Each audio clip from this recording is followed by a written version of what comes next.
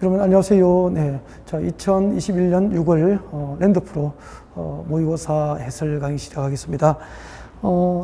아직 6월 달까지는 그 모의고사 점수가 크게 그 합격과 불합격을 결정하는 의미가 없겠죠. 의미가 없고 우리가 그동안에 공부했던 내용을 이제 출제 계량을 파악하고 그리고 내 실력을 중간 점검하는 그런 기회가 됐으면 좋겠습니다. 아마 7, 8일 문제풀이가 끝나면은 여러분 모두가 아마 여러분이 생각하는 그 합격점에 도달하는 점수가 나오게 될 것입니다.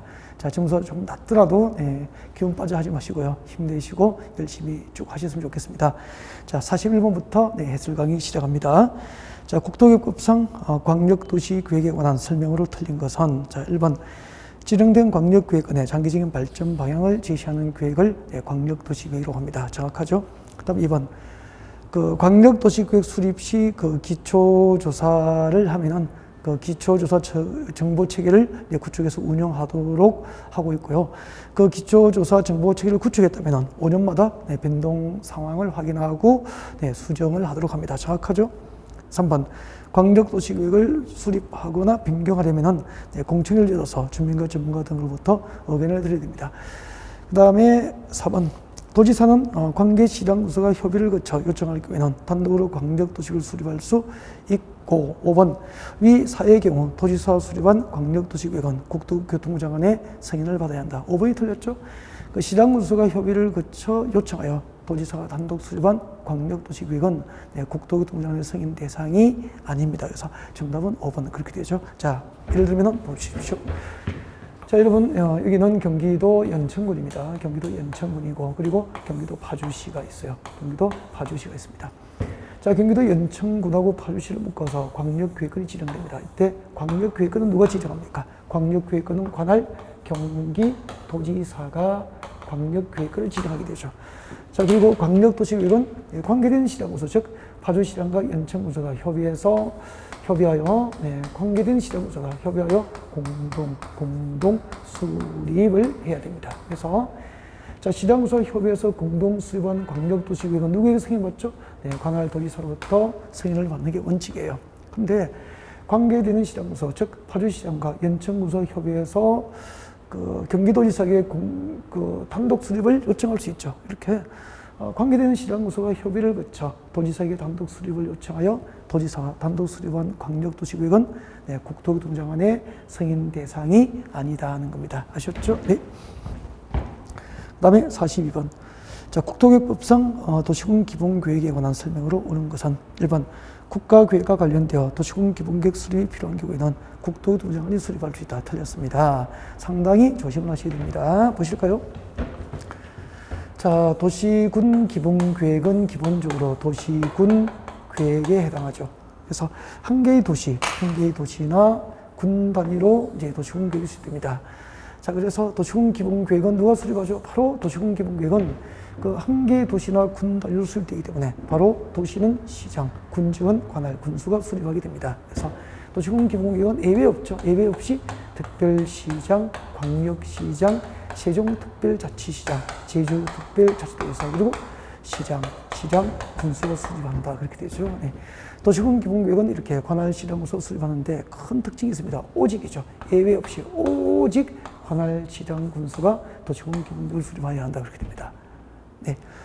광역도시계획은 국가계획과 관련되어 광역도시계획 수립이 필요한 경우에는 국토교통부 장관이 수립할 수도 있고 또 국가계획과 관련되어 도시군 관리계획 입안이 필요한 경우에는 국토교통부 장관이 입안할 수 있지만 도시군 기본계획 수립권자는 오직 시적은 시장이, 군적은 관할, 군수가 수립을 하게 됩니다. 그래서 1번은 틀리게 되죠. 2번 수도권에 속하지 않고 광역시와 경기를 같이 하자는 시 또는 군으로서 인구가 10만 명 이하인 시 또는 군은 도시군 기본계획 수립을 아니할 수 있죠. 그래서 2번이 정답이 되죠. 3번 도시군 기본계획 수립 기준 여러분 광역도시계획 수립 기준, 도시군 기본계획 수립 기준, 도시군 관리계획 수립 기준, 지구단위계획 수립 기준, 수립 기준은 누가 정하죠? 국장, 국토교통부 장관이 직접 정하게 됩니다.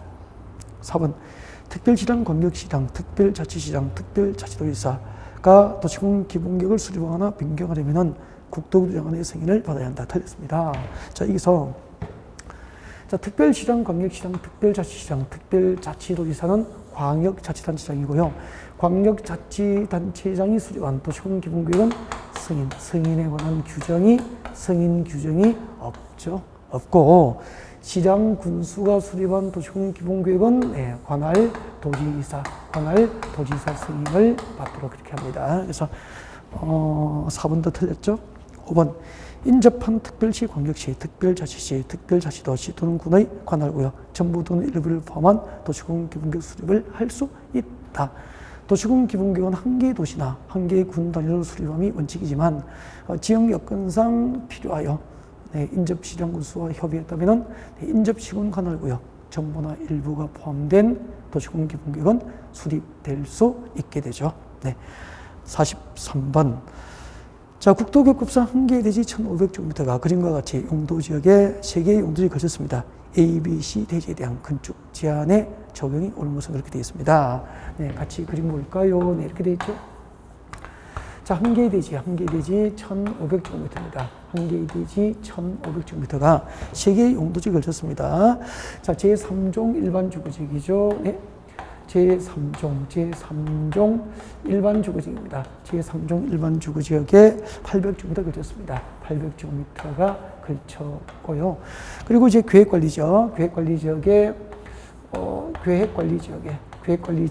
200제곱미터 걸쳤죠. 계획관리지역에 200제곱미터 걸쳤습니다. 자, 그 다음에 나머지 자연녹지지역이죠. 자연녹지 지역에 나머지 500제곱미터 걸쳤습니다. 이렇게 한 개의 대지가 2개의 용도지역에 걸쳤을 때, 2개의 용도지역에 걸쳤을 때 왼쪽은 녹지지역이죠. 녹지지역과 그 밖의 용도지역에 걸치면 각각이죠. 각각의 용도지역에 적용해야 될 건축물과 대지에 관한 규정을 적용하는 게 원칙이잖아요. 그래서 자연녹지지역 500제곱미터는 자연녹지지역에 적용해야 될 건축제한 규정이 그대로 적용됩니다. 자연녹지지역에 적용해야 될 건축제한 규정이 그대로 적용되고, 그 밖의 용도지역 2개죠. 그 밖의 용도지역은 그 밖의 용도지역끼리 건축 제한에 관한 사항을 따져야 되죠. 근데 자, 그 밖의 용도지역은 둘 중 작은 면적이 얼마죠? 계획관리지역이 330제곱미터 이하잖아요.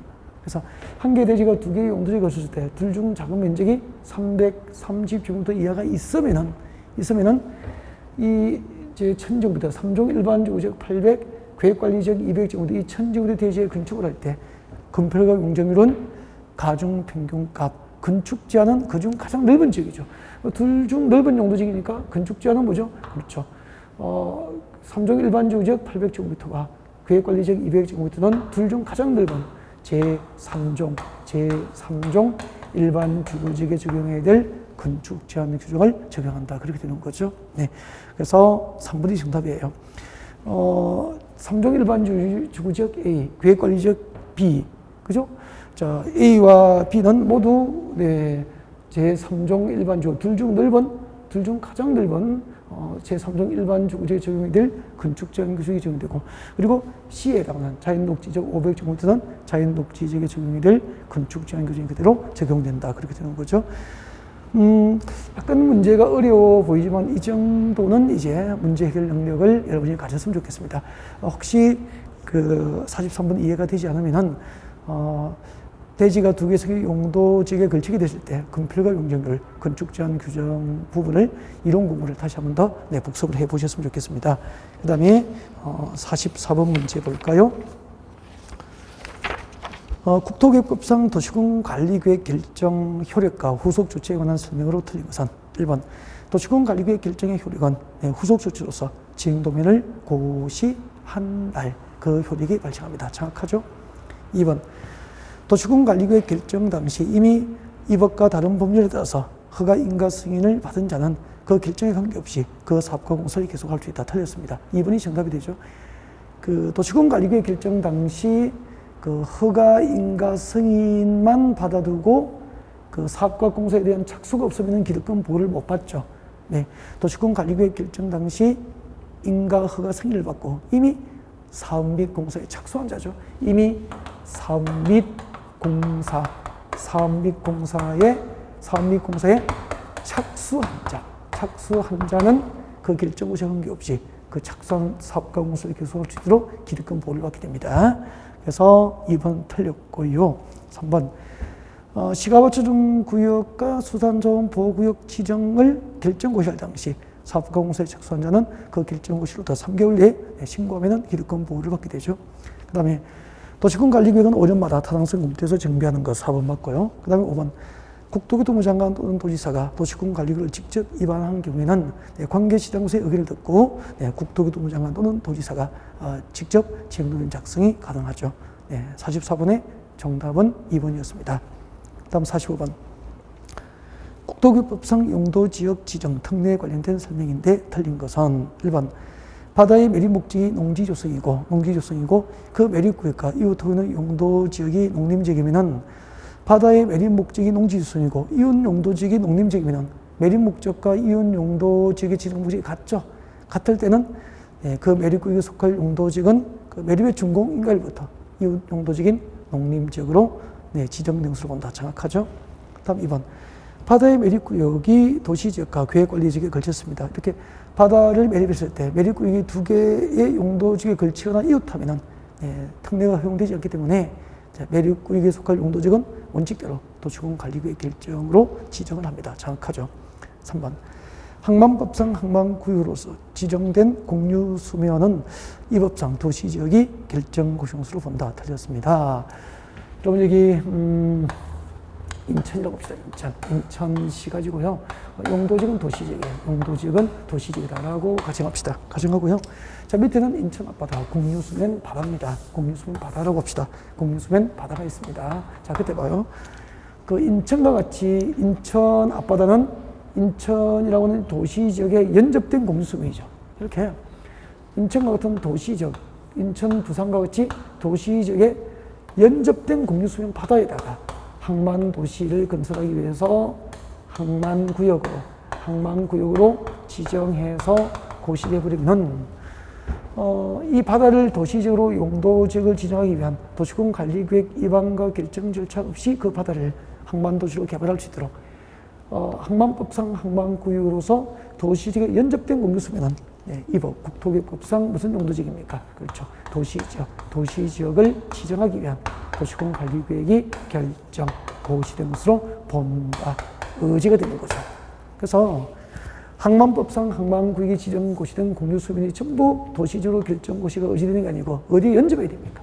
도시지역에 연접된 공유수면이죠. 도시지역에 연접된 공유수면에 항만구역과 어항구역으로 지정 고시된 지역은 국토교법상 도시지역으로 결정 고시로 본다.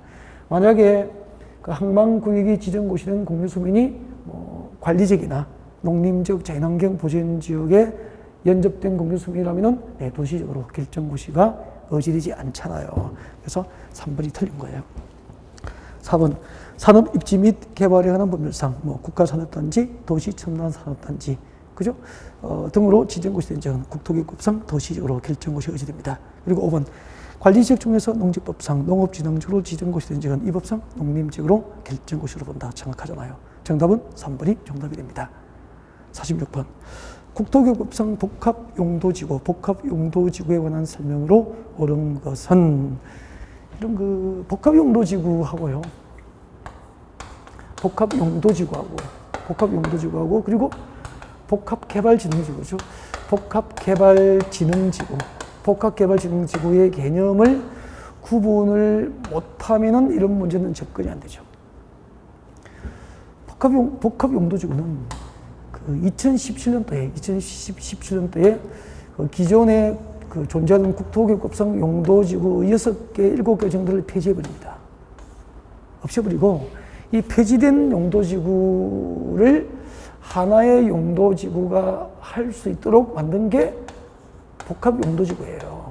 복합용도지구. 그래서 없어진 다수의 여러 개의 용도지구를 하나의 용도지구가 그 대신할 수 있도록 만든 게 복합용도지구예요.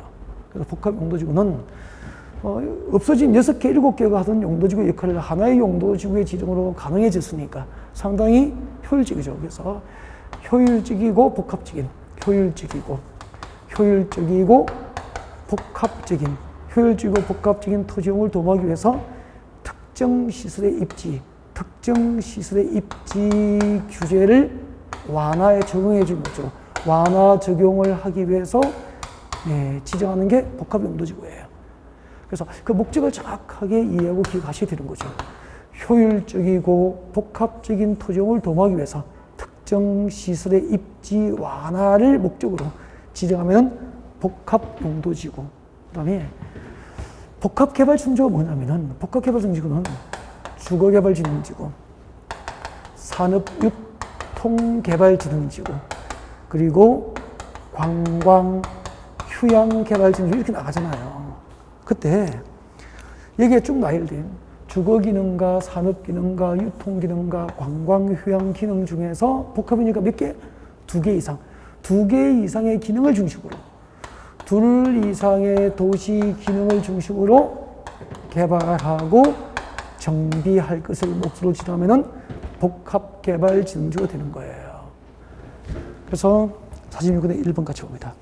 주거기능, 공업기능, 유통, 물류기능, 관광, 휴양기능 중에서 2개 이상의 기능을 중심으로 개발, 정비할 것을 목표로 하면 복합개발진흥지구, 복합개발진흥지구의 지정 목적이 되죠. 그래서 복합개발진흥지구의 지정 목적하고 복합용도지구의 지정 목적을 구별하셔야 됩니다. 다음 2번.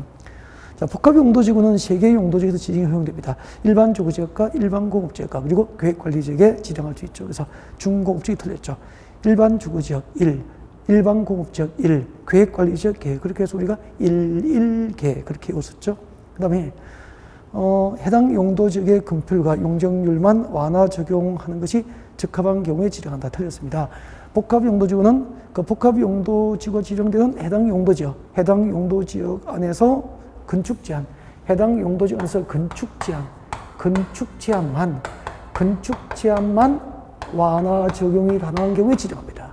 그래서 그 복합용도지구의 지정으로 건축 제한은 해당 용도지구의 건축 제한은 완화될 수 있지만 금풀과 용적률은 복합용도지구 지정으로 완화 적용을 할 수 있는 대상이 아니에요. 건축 제한만 완화가 가능한 경우에 지정할 수 있죠. 그래서 틀렸고 4번. 용도지구의 지정 목적이 크게 제한되지 않도록 해당 용도지구 전체 면적의 3분의 1 이하 범위 안에서 복합용도지구 지정이 허용됩니다. 복합용도지구가 지정되는 전체 용도지역 중 복합용도지구의 지정 면적은 3분의 1 이내, 3분의 용도지역, 전체 용도지역 안에서 복합용도지구 지정은 3분의 1 이하 범위 안에서만 복합용도지구 지정이 허용이 됩니다. 5번. 일반 주거지에 지정된 복합용도지구에서는 준주거지에서 허용되는 건축물은 건축할 수 있지만 제2종 근린생활시설 중에서 그렇죠. 안마시술소는 2종 근린생활시설이지만 일반 주거지역에 지정된 복합용도지구에서는 건축을 할 수 있는 대상에서 제외가 됩니다. 정확하죠? 그래서 정답은 5번이고요.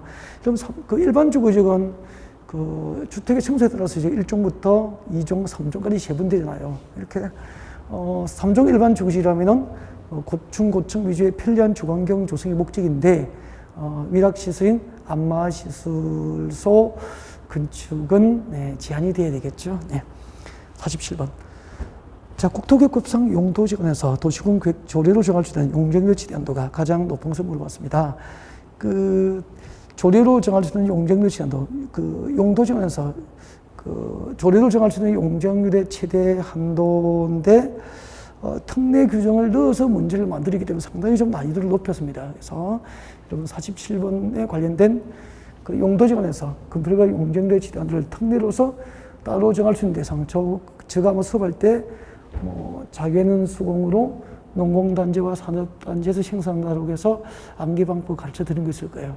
자, 건폐율과 용적률의 특례 규정 꼭 정리를 다시 한번 하셔야 됩니다. 도시적 외의지역에 지정된 농공단지는 건폐율은 70% 이하, 그리고 용적률은 150% 이하에서 조례로 정할 수 있게 됩니다. 그래서 용적률이니까 1번은 150이 되죠. 그 다음에 2번 도시적 외의지역에 지정된 개발진흥지구는 100%, 용적률 100% 이하 범위에서 조례를 정할 수 있게 되죠. 그리고 성장관리계획구역이 지정된 계획관리지역에서 용적률은 125% 이하 범위에서 조례를 정할 수 있게 되죠. 3종 일반 지구지구는 300% 이하 부분에서 조례를 정할 수 있게 되고요.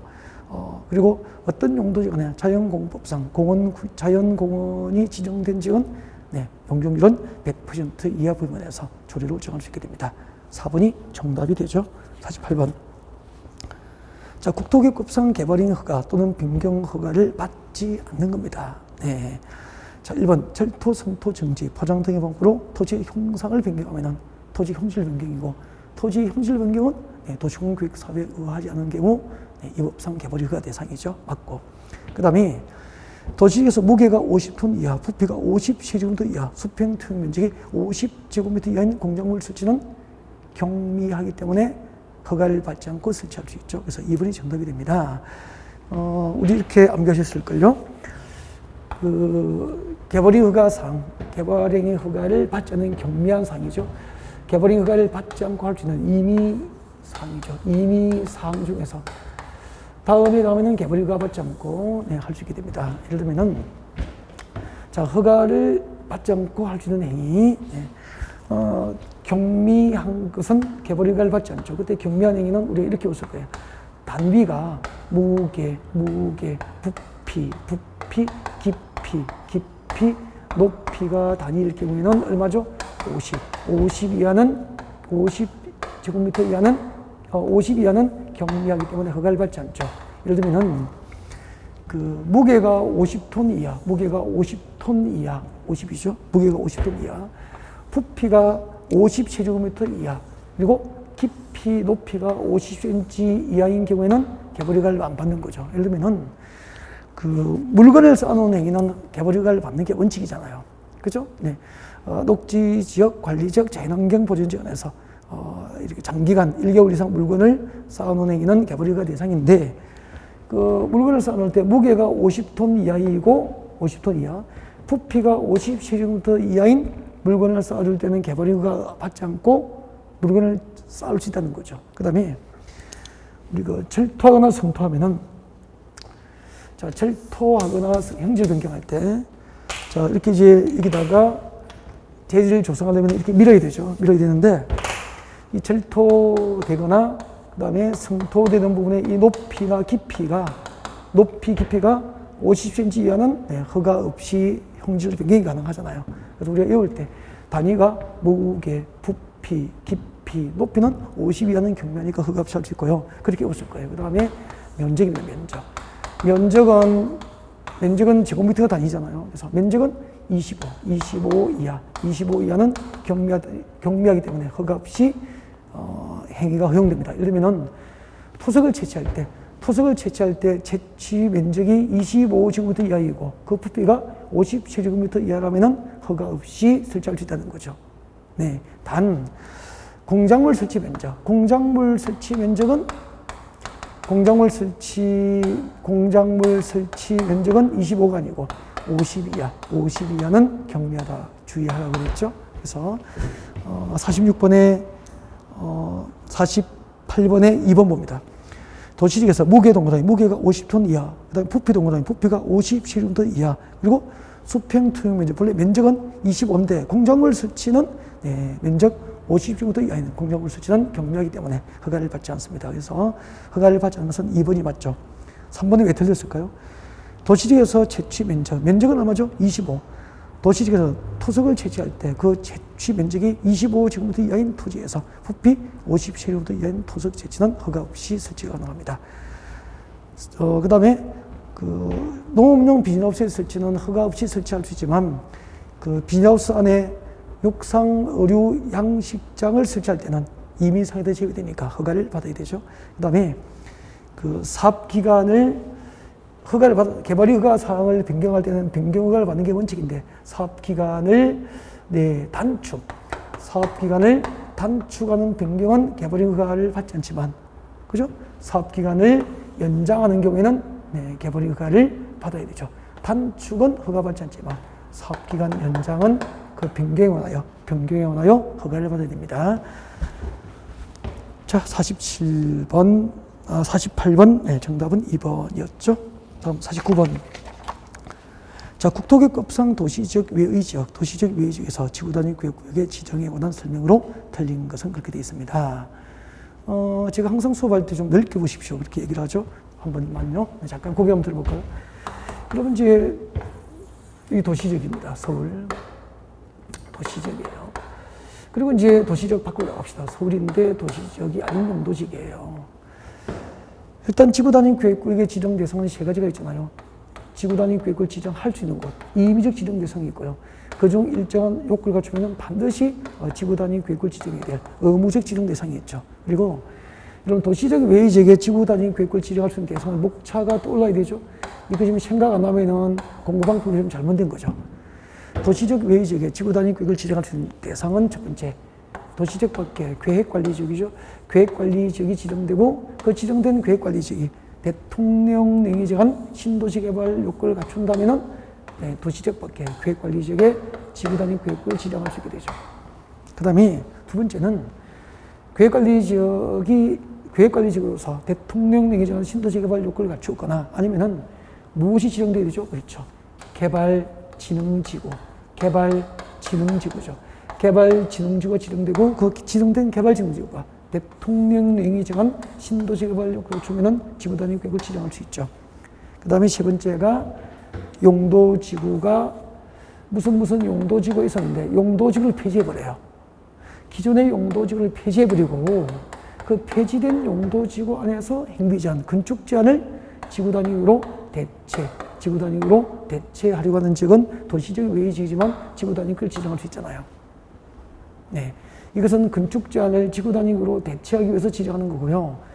계획관리지역과 개발진흥지구는 도시적 밖에서, 도시적은 현재 아니지만 계획관리지역과 개발진흥지구에 지구 단위 계획이 지정되면 그 신도시로 개발되잖아요. 그래서 해당 용도지역과 개발진흥지구에 허용될 건폐율은 얼마를 완화하죠? 151.5배. 150% 이하 범위에서 완화가 가능하고요. 용적률은 200% 이하 범위에서 완화 적용이 가능하게 되죠. 그래서 자, 여러분 49번 문제 같이 볼까요? 자, 국토계획법상 도시적 외의 지역에 지구 단위 계획구역의 지정에 관한 설명으로 틀린 것은 1번 지정하려는 구역 면적 50% 이상이 계획관리지구로서 나머지 용도지역의 생산관리지역과 보전관리지역에 해당하는 등 일정한 요건에 해당해야 한다. 정확하죠? 네. 그 다음에 주거개발진흥지구는 계획관리지역에 위치하여야 한다. 맞습니다. 네. 자, 여러분 여기 개발진흥지구, 도시적 밖에 개발진흥지구가 지정되고 대통령령이 정한 요건에 해당하면은 지구 단위를 지정할 수 있죠. 자, 그때 그 개발진흥지구가 주거개발진흥지구, 여봐야 되죠? 주거개발진흥지구. 그 다음에 복합개발진흥지구인데 주거 기능이 포함된 복합개발진흥지구예요. 주거개발진흥지구이거나 주거 기능이 포함된 복합개발진흥지구이거나 그 다음에 또 하나 특정개발진흥지구는 어디에 위치해야 되죠? 그렇죠. 계획관리죠. 계획관리지역 안에 위치해야 되죠. 그래서 계획관리지역 안에 지정된 주거개발진흥지구나 주거 기능이 포함된 복합개발진흥지구는 지구 단위 계획을 지정할 수 있다. 그렇게 되죠. 그 다음에 산업유통개발진흥지구, 주거 기능이 포함되지 않은 복합개발진흥지구는 계획관리지역, 생산관리지역, 농림지역에 위치할 것. 그리고 관광휴양개발진흥지구는 도시지역 외의 지역에 위치할 것. 그래서 49번에 2번 주거개발진흥지구는 계획관리지역에 위치하여야 한다. 맞습니다. 그 다음에 3번 용도지구를 폐지하고 그 폐지된 용도지구 내에서 행비제한 등을 지구 단위로 대체하려고 하는 지역은 도시적 외의 지역에서 지구 단위 계획구역의 지정이 가능하죠. 다음 4번 해당 용도지역과 개발진흥지역에 적용될 건폐율은 얼마 완화되죠? 150. 용적률은 200% 이하 범위에서 완화 적용이 가능합니다. 4번이 정답이 되죠.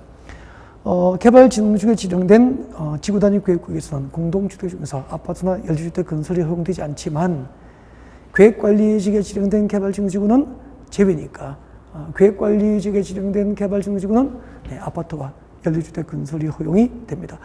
그 49의 5번을 그 정답으로 하는 문제가 실제 출제된 적도 있었죠? 네. 다음 50번. 자, 국토교육법상 매수 청구된 도시공계획시설 부지에 대한 매수 대금 지급 방법 등에 관련된 설명으로 옳은 것은 1번. 매수물자는 매수 청구를 받은 토지를 매수할 때는 현금으로 그 대금을 지급한다. 이게 정답이 되죠. 매수 대금은 현금 지급이 원칙이죠. 2번. 토지 소유자가 원하는 경우로서 매수 의무자가 누구죠? 지방자치단체. 토지 소유자가 원하는 경우로서 매수 의무자가 지방자치단체인 경우로서 토지 소유자가 원하는 경우로서 매수 의무자가 지방자치단체인 경우에는 도시공유계획시설 채권을 발행해서 대금 지급을 가능합니다. 매수 의무자가 국가인 경우에는 발행할 수 없죠. 도시공유계획시설 채권의 발행자는 매수 의무자가 지방자치단체인 경우만 발행할 수 있습니다. 3번 도시공유계획시설 채권의 상환기간은 10년 이내에서 조례로 정하게 됩니다. 10년 이내에서 매수 의무자가 정하는 게 아니고 10년 이내에서 구체적인 상환기간을 조례로 정하도록 하죠. 4번 도시공유계획시설 채권의 이율은 채권 발행 당시 은행법상 은행을 전국을 영업으로 하는 은행이 적용하는 1년 만기 정기 예금금리의 평균으로 하여야 한다가 아니고 1년 만기 정기 예금금리의 평균 이상이죠. 1년 만기 정기 예금금리의 평균 이상으로 하되 구체적인 이율은 뭐를 정하죠? 그렇죠. 조례로 정하게 됩니다. 조례로 정합니다. 1년 만기 정기 예금금리의 평균 이상으로 구체적인 이율은 조례로 정합니다. 조례로 정한다. 이렇게 되죠. 상환기간은 10년 이내에서 조례로 정함. 이율은 1년 만기 정기 예금금리의 평균 이상으로 조례로 정함. 그렇게 기억하셔야 돼요. 5번 매수 청구된 토지의 매수 가격과 매수 절차 등 매수 청구된 토지의 매수 가격과 매수 절차 등에 관하여 국토교육법상 규정이 없으면 무슨 법 준용하죠? 공치법, 공익사업을 위한 토지 등, 공익사업을 위한 토지 등의 취득 및 보상에 관한 법률, 공치법을 준용하게 됩니다. 도시군계획시설 채권, 도시군계획시설 채권 발행 절차입니다. 도시군계획시설 채권 발행 절차 등에 관하여 국토교육법상 규정이 없으면 무슨 법 준용합니까? 지방재정법을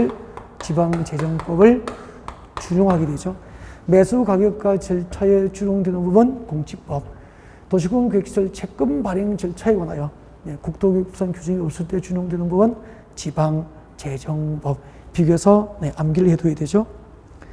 51번 국토교육법상 국토교통장관 시도지사 시장군수가 중앙도시계획위원회나 지방도시계획위원회 심의를 거쳐서 개발의 허가를 제한할 수 있는 지역, 개발의 허가를 제한할 수 있는 지역에 해당하지 않는 겁니다.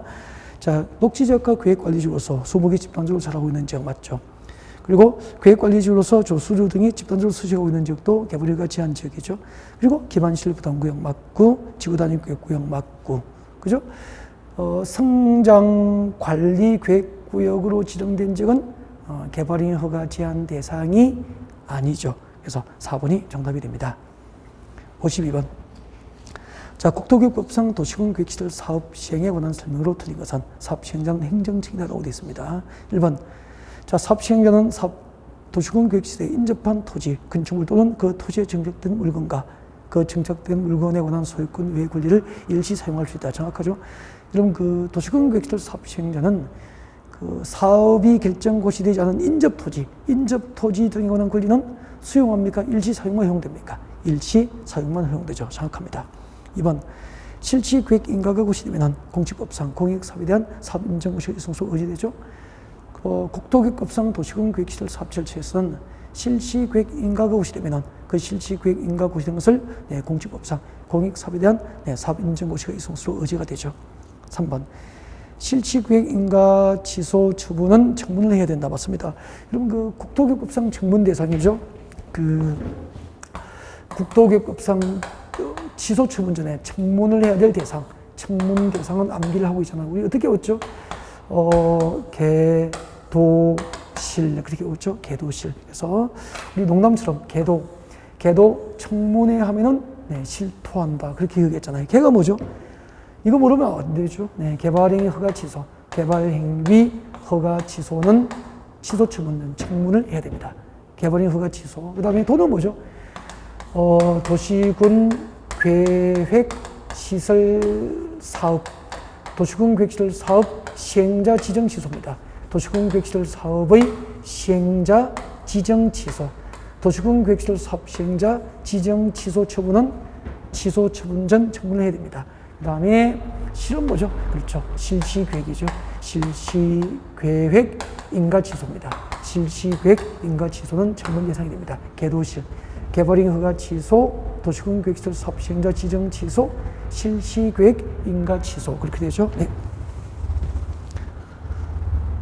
다음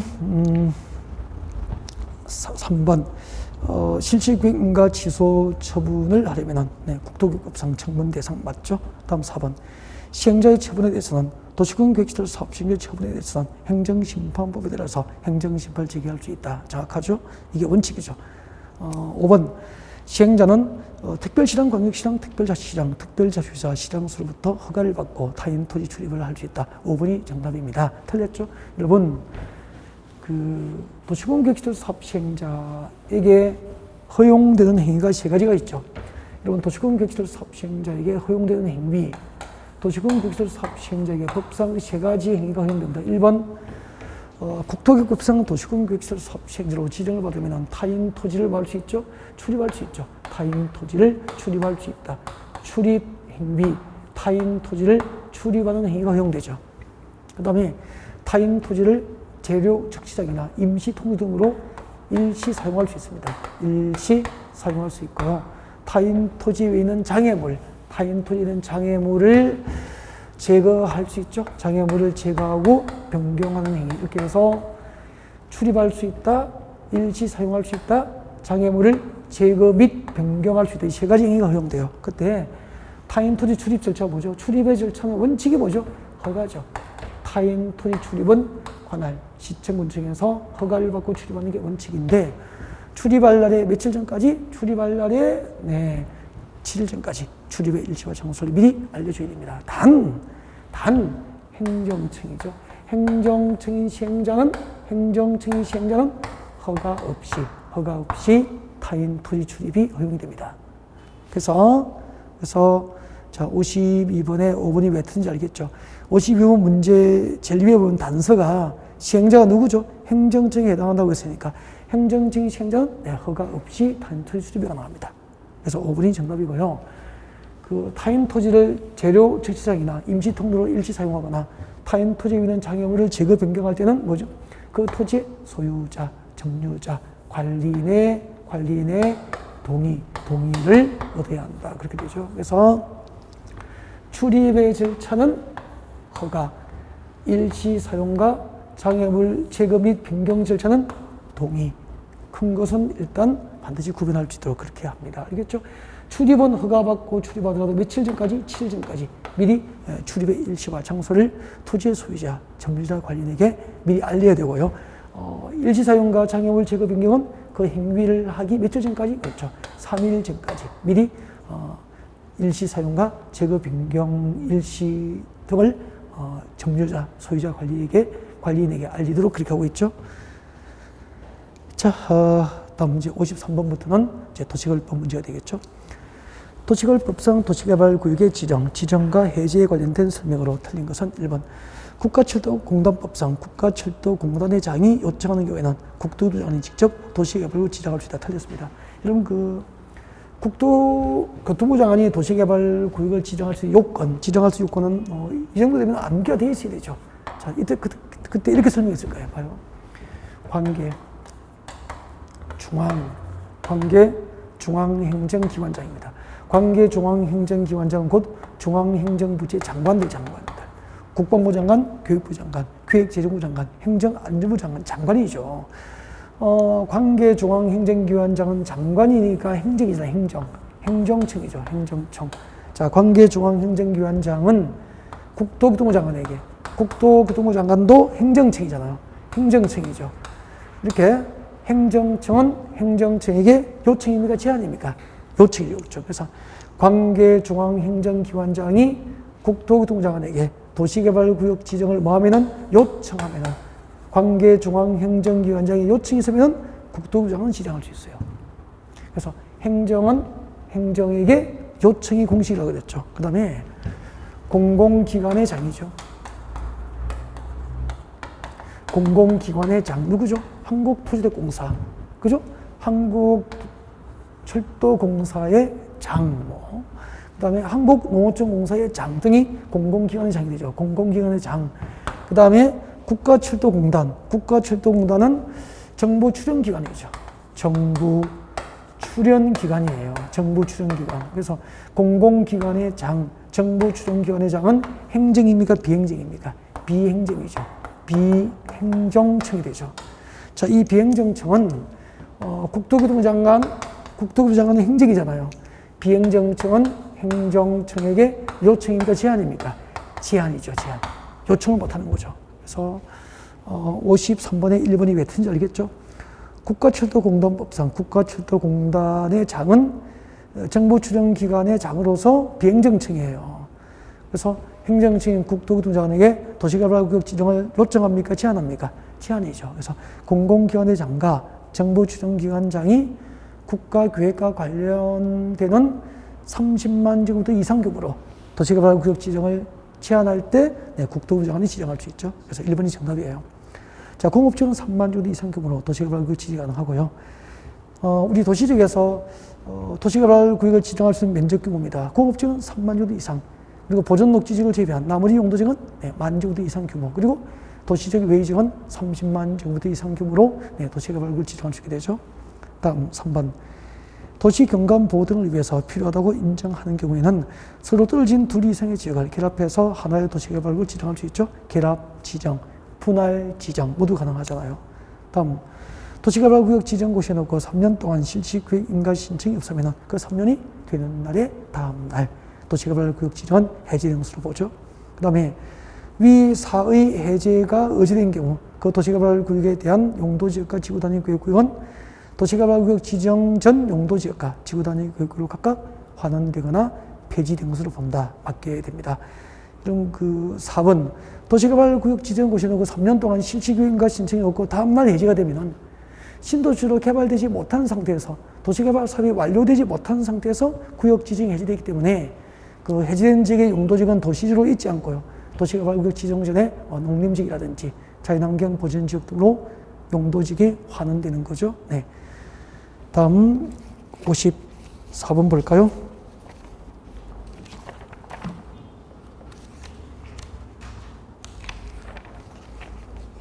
도시개발법상 개발계획 수립과 그 변경에 관한 설명으로 틀린 것은 1번. 자, 도시적 외지역에서는 도시개발구역을 지정한 후에 개발계획 수립을 할 수 있다. 맞습니까? 네.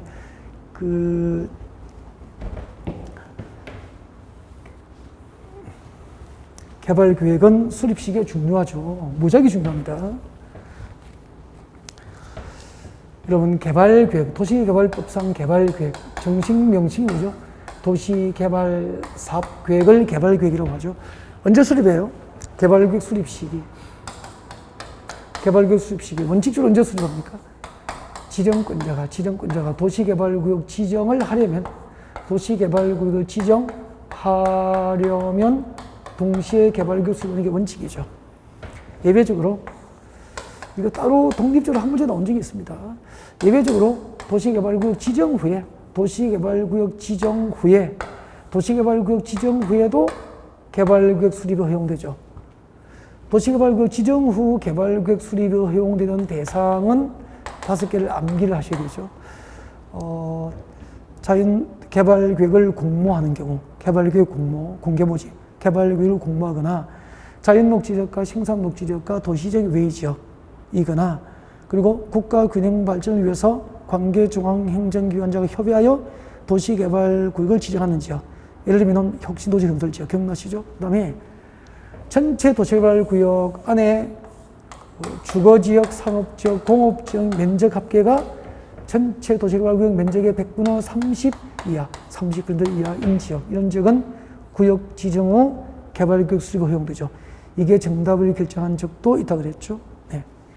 그래서 54번의 1번 도시적 외지역 미칠 거예요. 네, 도시적 외지역 선택시고, 자, 도시적 외지역의 도시개발구역 지정은 도시개발구역 지정 후에 개발구역 수립이 가능하죠.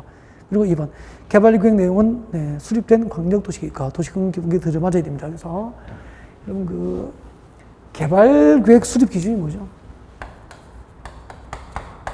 개발구역은 어디에 들어맞아야 됩니까? 그렇죠. 개발구역은 광역도시계획과 도시군 기본계획에 들어맞도록 수립해야 돼요. 그래서 도시개발법상 개발계획 수립 기준은 광역도시계획과 도시군 기본계획이 돼요. 나중에 이거하고 혼동하면 안 되잖아요. 실시계획. 시행자가 작성하는 실시계획은 어디에 들어맞아야 되죠? 실시계획은 개발계획에 맞게 작성하죠. 개발계획에 맞게 작성하죠. 그래서 도시개발사업 시행자가 작성하는 실시계획 작성 기준은 개발계획이고 개발계획 작성 기준은 광역도시계획과 도시공기계획이니까 실시계획 작성 기준과 개발계획 작성 기준은 항상 구별되어야 되죠. 그 다음에 3번 개발계획에는 지구단위 계획이 포함되어 있다. 틀렸죠. 여러분 지구단위 계획은 어디에 포함되죠? 지구단위 계획은 나중에 시행자가 작성하는 실시계획에 포함됩니다. 그래서 개발계획 내용에 지구단위 계획은 포함되지 않습니다. 그래서 3번이 정답이에요. 자, 330만 지구도 이상인 대규모 도시개발구역을 대상으로 개발구역 수립할 때는 주거, 생산, 교육, 유통, 위력 등 복합적인 도시 기능이 조화가 되도록 개발구역 수립을 해야 되고요. 그 다음에 5번도 중요하잖아요. 도시개발구역 밖에 위치고요. 기반시설 설치할 경우 그 기반시설 설치에 필요한 비용 부담 계획은 도시개발구역 지정 이후에 개발계획에 포함시킬 수 있죠. 여러분, 도시개발구역 지정 이후, 도시개발구역 지정 후에, 도시개발구역 지정 후에 개발계획에 포함되는 사항이 몇 개 있죠? 4개. 이건 암기해야 되죠. 개발계획 내용 중에서 유일하게 여러분이 외워야 될 거죠. 도시개발구역 지정 후에 개발계획에 포함되는 사항을 저희들이 이렇게 외웠죠. 기수. 우리 경마장에 말 타는 선수를 기수라고 하잖아요. 기수도 출퇴근을 할 때는 뭘 타죠? 재단을 타죠. 기수는 재단을 탄다. 그렇게 웃었죠. 이걸 보고 말할 수 있을 정도로 연습이 되어야 이런 문제가 자연스럽게 해결되죠. 기가 뭐죠? 도시개발구역 밖의 지역에 기반시설을 설치할 때 기반시설 설치에 필요한 비용 부담 계획, 기반시설 설치에 필요한 비용 부담 계획. 수가 뭐죠? 수용과 사용의 대상이 될 토지 등의 세부 목록이죠. 토지 등의 수용과 사용의 대상이 될 토지 등의 세부 목록, 세입자, 주거 및 생활 안정 대책, 단계적 사업 추진 계획 등에 관한 사항은 도시개발구역 지정 이후에도 개발계획에 포함이 될 수 있습니다.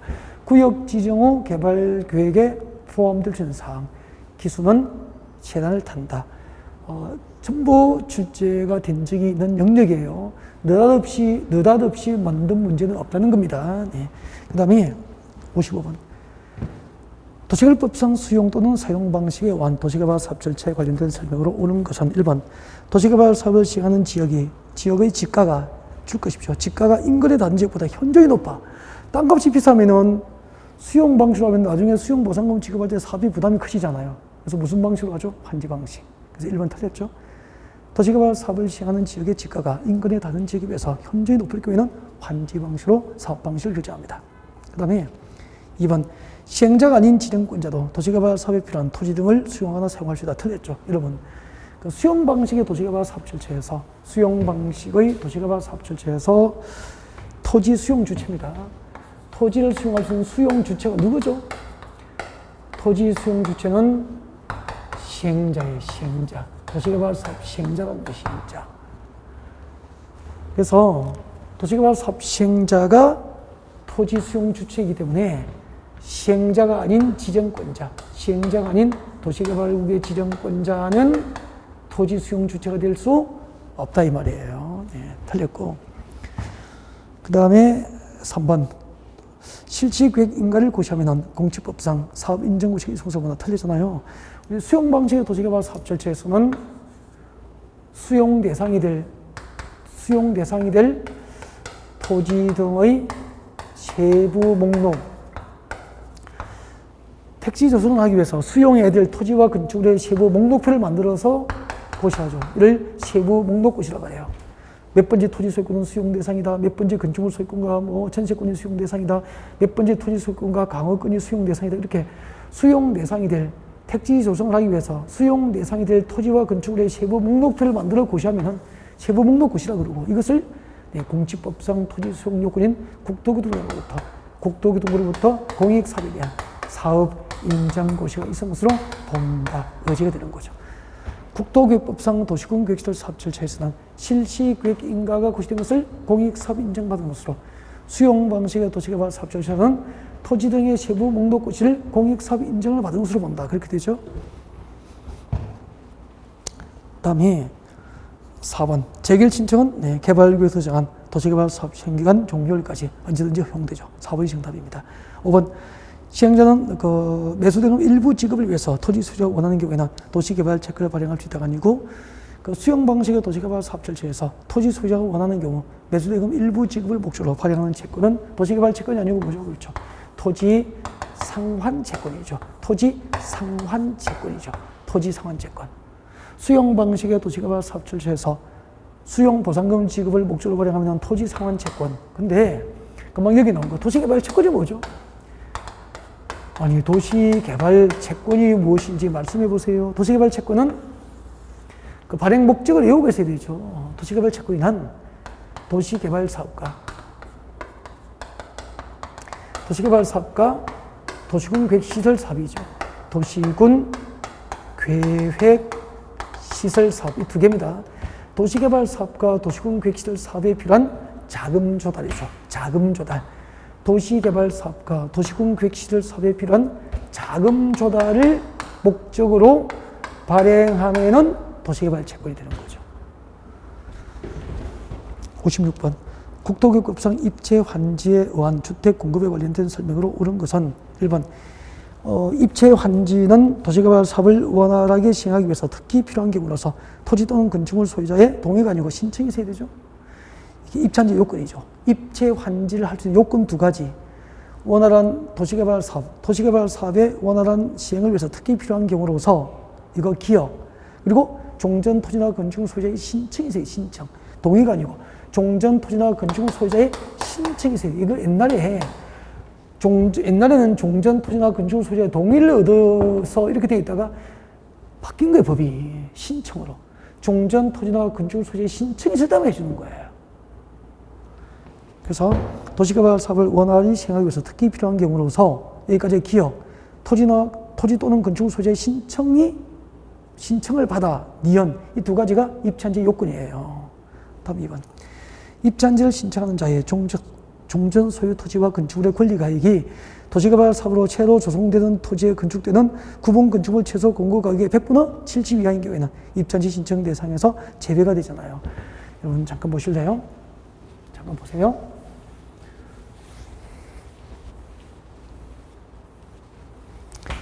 여기가 환지 방식으로 도시개발 사업할 때 사업전 토지, 종전 토지예요. 종전 토지인데 이게 동전 토지, 종전 토지 400번지고요. 도시개발하기 전 400번지에 100제곱미터의 농지가 있을 거예요. 그 농지 소유자가 병돌이었다고. 그러면은 토지 부담률이 50%라면 병은 종전 토지 100제곱미터 가운데서 50%에 해당하는 50제곱미터를 보류지라는 이름으로 신도시 개발을 위해서 부담을 하잖아요. 그래서 병이 환지에 받을 수 있는 권리는 그 100제곱미터 가운데서 나머지 50제곱미터를 환지 받을 수 있는 권리가 있잖아요.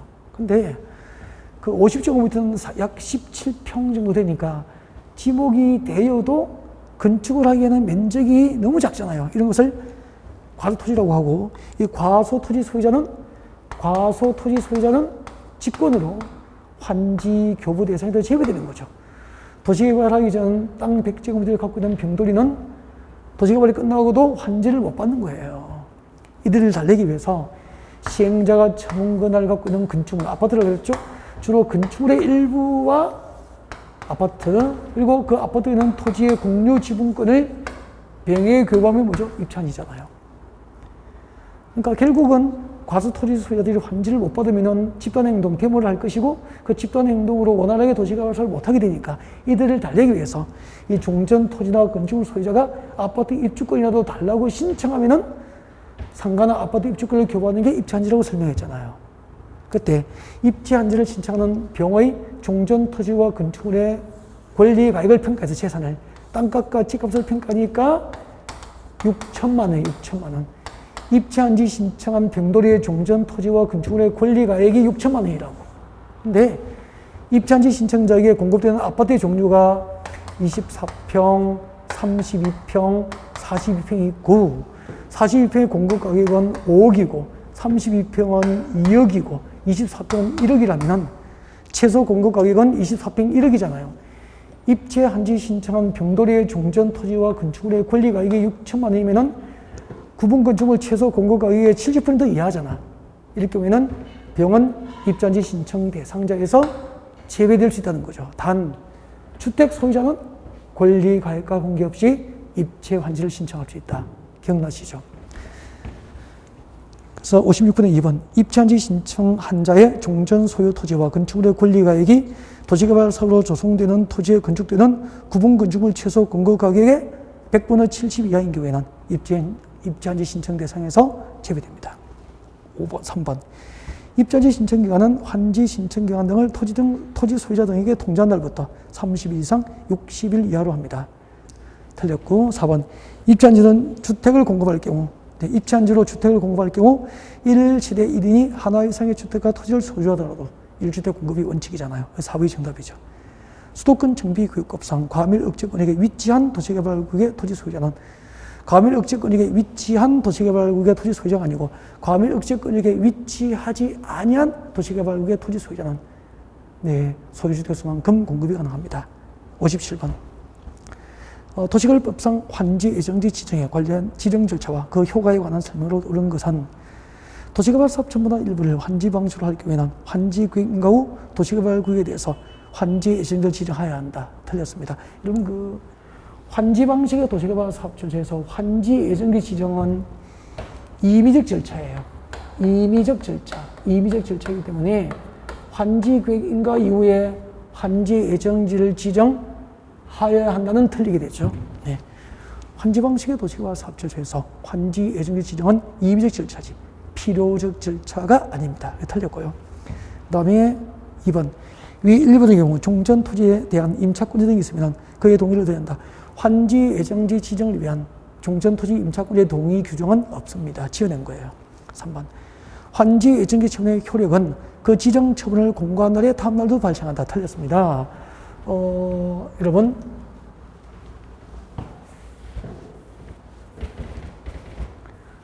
도시개발 사업 시행자가 환지 예정지를 지정합니다. 도시개발 사업 시행자가 환지 예정지를 지정할 때는 종전토지 소유자와 임차권자에게 세 가지를 알려주죠. 종전토지 소유자와 임차권자에게 세 가지를 알립니다. 종전토지 소유자와 임차권자 등에게 세 가지를 알려주는 뭘 알려줘? 환지 예정지의 위치. 당신들이 지정받은 환지 예정지는 몇 번째 있습니다. 위치. 그리고 당신들이 종전토지 대신에 사용 수용할 수 있는 면적이 얼마인지 500제곱미터입니다. 알려줘야 되죠.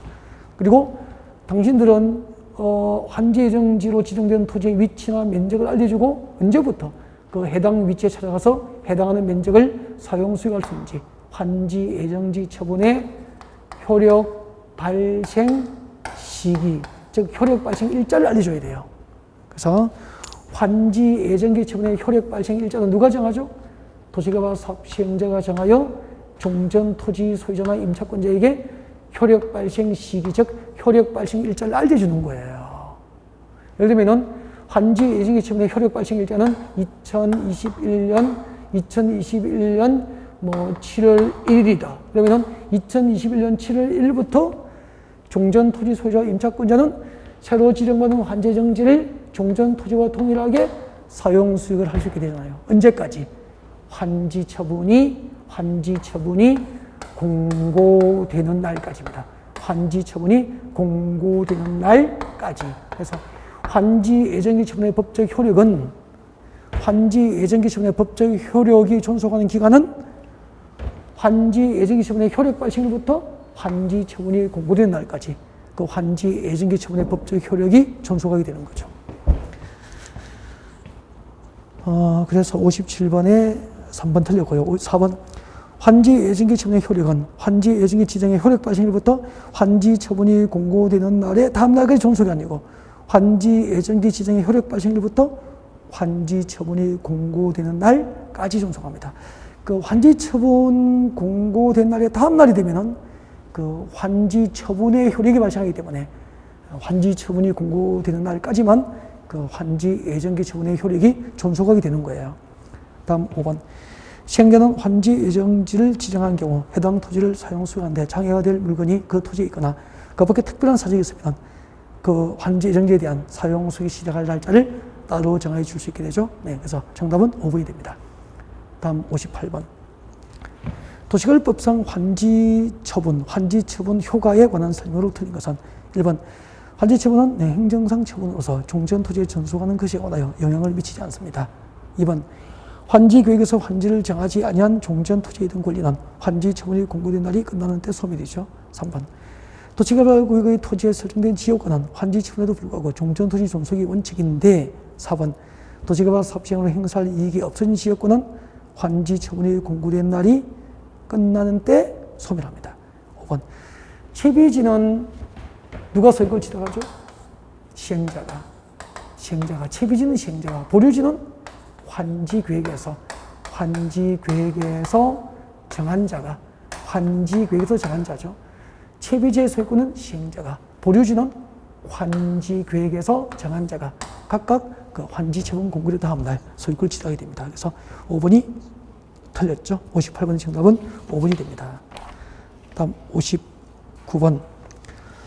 59번부터 또 다음 시간에 계속 연결하겠습니다.